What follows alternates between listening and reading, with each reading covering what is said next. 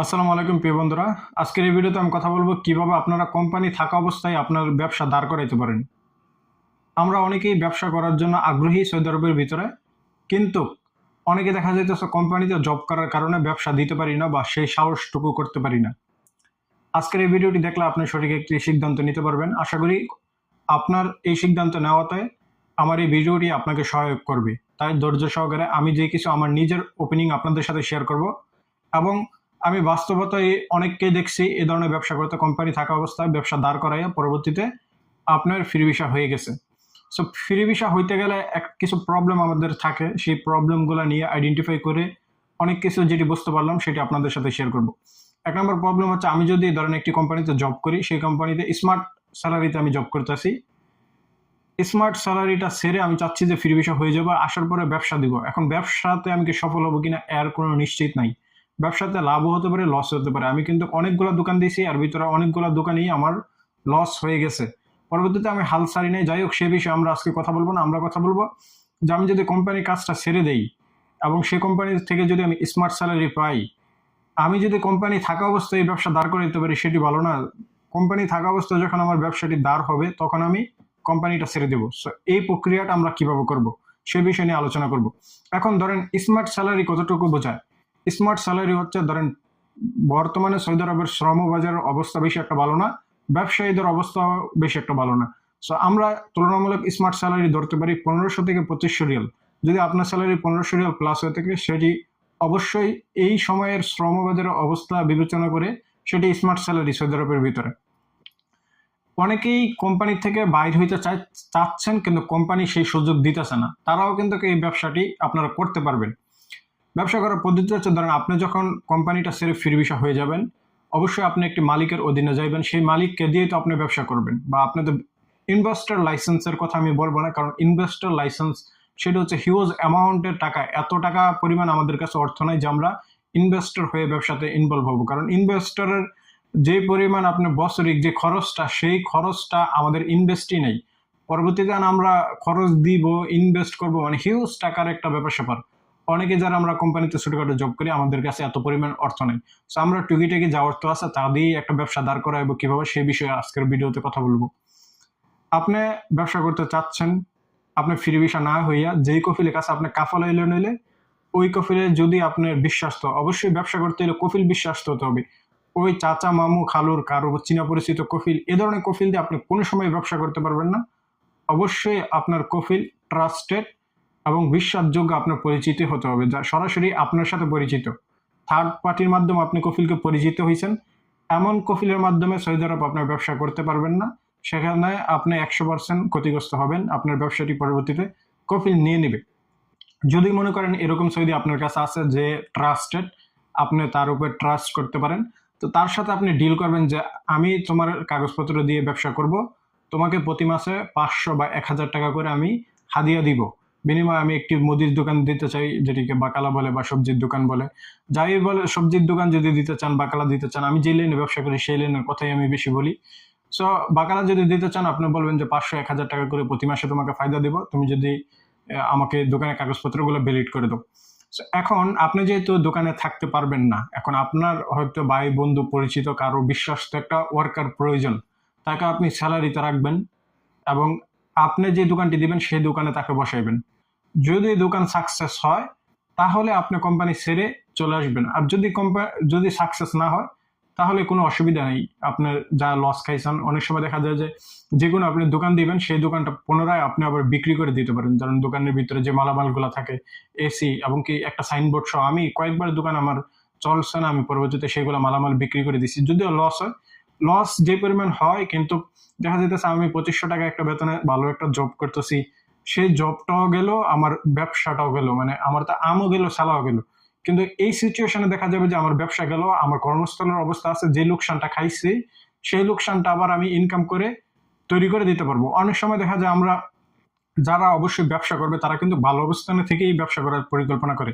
দেখা যাচ্ছে দেশ থেকে ফুল টাকা এনে কোনো সময় ব্যবসা করার চেষ্টা করবেন না। কারণ কি, এখানে ব্যবসা আপনার হচ্ছে, যে কোনো ব্যবসায় আপনার দেন সৌদি আরবের ভিতরে, আপনার ধরেন 70-30% একটা ডিফারেন্স থাকে। ধরেন বেশিরভাগ ব্যবসায়ীরাই আপনার এখানে লস হওয়ার সম্ভাবনাটা তুলনামূলক আমাদের দেশের তুলনায় অনেকটাই কম। এখানে যদি আপনি সঠিকভাবে সঠিক লোকেশনে ব্যবসা দিতে পারেন, লাভই বেশি।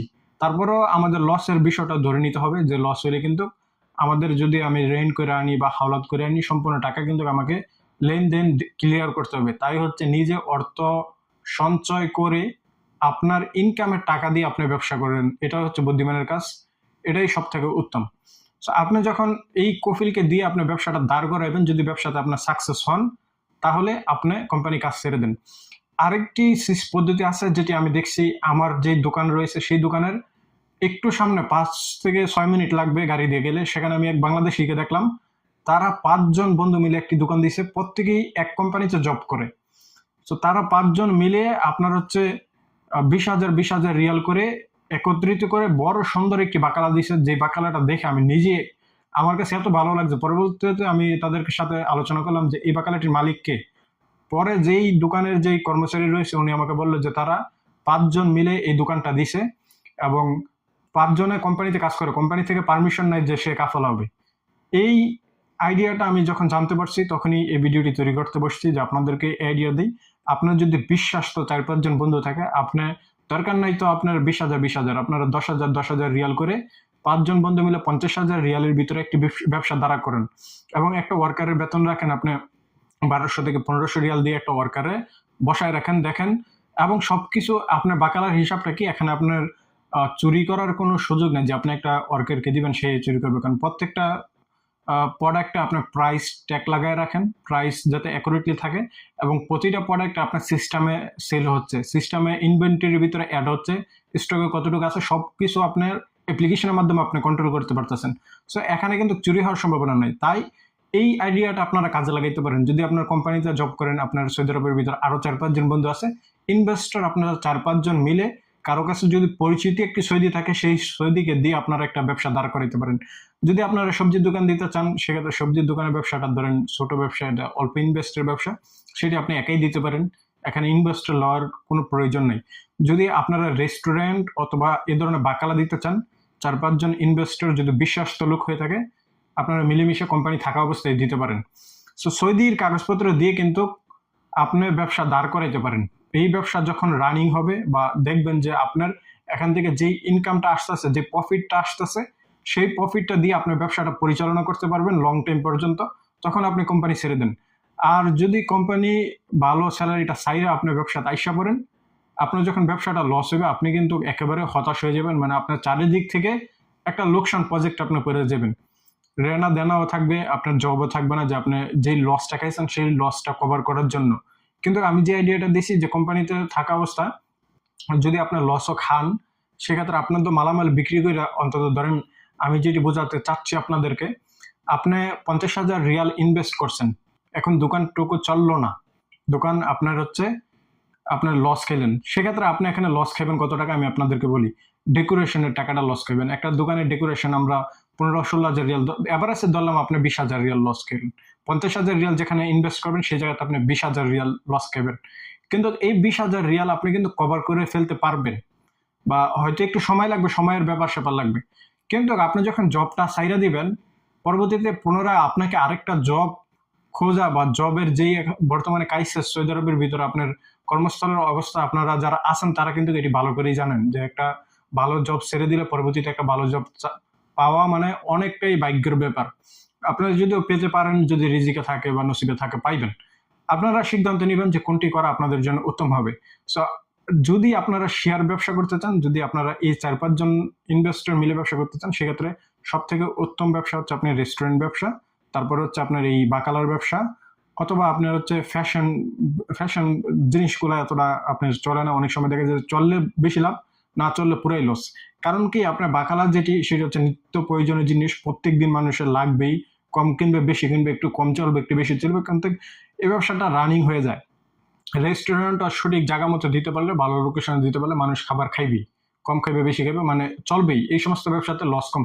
রেস্টুরেন্ট ব্যবসাটা হচ্ছে ওয়ান টাইম ইনভেস্ট, পরবর্তীতে আপনার হচ্ছে ধরেন ওয়ান টাইম ইনভেস্টের ভিতরে আপনার ডেকোরেশন মালামাল যা আপনি ইনভেস্ট অন টাইম করছেন, পরবর্তীতে কিন্তু যতটুকু পরিমাণ চলে এতটুকু আনবেন, বেশি একটা লস হওয়ার সম্ভাবনা নাই যদি সঠিক লোকেশন হয়। আর যদি সঠিক লোকেশন না হয়, আপনি দোকান ভাড়া সঠিক মতো দিতে পারবেন না। যে কোনো জায়গাতে রেস্টুরেন্ট দিলে চলবে না। রেস্টুরেন্ট অবশ্যই আমরা যেহেতু বাংলাদেশি, যদি বাংলাদেশি রেস্টুরেন্ট দিই, সেই বাঙালি এরিয়াগুলোর ভিতরে আমাদেরকে দিতে হবে।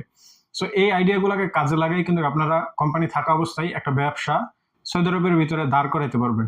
প্রিয় বন্ধুরা, আমি যেই ইনফরমেশনটুকু, অর্থাৎ আমি যেই দোকানে গিয়েছিলাম সেই দোকান থেকে এই জিনিসটা দেখার পরে, এবং তারা কিন্তু ব্যবসা সফল, ব্যবসা একেবারে সাকসেসফুল, কিন্তু তারা কোম্পানি থেকে আসতে পারতেছে না, কোম্পানি থেকে পারমিশন নাই যে কাফলা হয়ে চলে আসবে। তাই তারা 5 জন বন্ধু মিলে সেই ব্যবসাটা পরিচালনা করতেছে। আমি চেষ্টা করবো পরবর্তীতে একটি ভিডিওর মাধ্যমে সেই দোকানটুকু তুলে ধরার জন্য, এবং যদি কোনো সময় তাদের মালিক যেই 5 জন আছে তাদের সাথে যদি যোগাযোগ করতে পারি, তাদের সাথে একটা সাক্ষাৎকার নিব, তাহলে আমার যে সাবস্ক্রাইবার রয়েছে তারা আরো অনেকটাই উৎসাহিত হবে, এবং আমি মনে করি যে ওই ভিডিও থেকে উপকার পাইবে। সব ভালো থাকবেন, সুস্থ থাকবেন। আল্লাহ হাফেজ।